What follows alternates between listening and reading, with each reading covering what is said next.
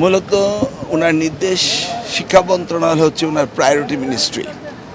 উনি সবসময় উদ্বিগ্ন থাকেন এই মন্ত্রণালয়ে কী কাজ হচ্ছে, কতটুকু আমরা এগুলাম এবং কী প্রোগ্রাম আমরা হাতে নিলাম এবং সার্বিকভাবে শিক্ষার মান উন্নয়নের জন্য আমরা কি করছি, এই জিনিসগুলো উনি প্রতিনিয়তই তদারকি করেন।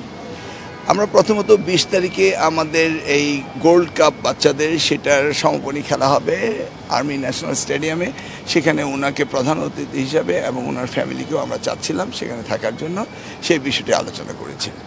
এই মাসের 7 তারিখে আমাদের দক্ষতা উন্নয়নের জন্য কম্পিউটার প্রশিক্ষণের একটি অনুষ্ঠান ন্যাশনাল ইউনিভার্সিটি থেকে হবে, সেটাতে উনি চিফ গেস্ট হিসেবে থাকবেন, সেটাও বলেছি। আমরা অনেক বিষয়ের মধ্যে সবচেয়ে গুরুত্বপূর্ণ বিষয় যেটা আমার, সেটা হচ্ছে 2022-এর পর থেকে কল্যাণ ট্রাস্ট অ্যান্ড অফশোর ভাতা শিক্ষকদের সেই অনুদানগুলো দেওয়া হচ্ছিল না এবং সেখান থেকে প্রায় বেশ কয়েক হাজার কোটি টাকা আত্মসাৎ করা হয়েছিল এবং প্রাইভেট ব্যাংকে দিয়েই সেই টাকাগুলিকে নষ্ট করে দেওয়া হয়েছিল, যেটা 1991 থেকে দেশমাতা সাবেক প্রধানমন্ত্রী বেগম খালেদা জিয়া অবসরপ্রাপ্ত শিক্ষকদের অবসর ভাতা এবং কল্যাণ ট্রাস্টের ব্যবস্থা করেছিলেন।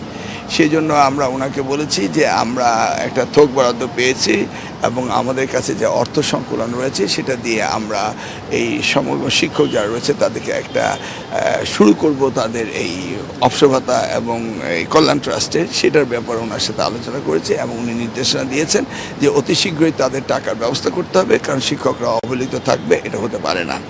টিচার্স ট্রেনিং সম্বন্ধেও তিনি জানতে চেয়েছেন, কারিগরি শিক্ষা ডেভেলপমেন্ট সম্পর্কে জানতে চেয়েছেন, আমাদের বই ছাপানোর ব্যাপারে জানতে চেয়েছেন, বিবিধ অনেক বিষয় রয়েছে। তবে আমরা এই 2-1 দিনের মধ্যে একটি প্রেস কনফারেন্স করবো আপনাদের সাথে, ইন ডিটেলস আমরা বলবো। যে কোনো সময় মাসখানিক সময় লাগবে, তারপর আমরা একটা আনুষ্ঠানিকতার মধ্য দিয়ে তাদের আবার পুনরায় 2022 থেকে যে পাইনি তাদেরকে আমরা আংশিক দিয়ে হলেও শুরু করব।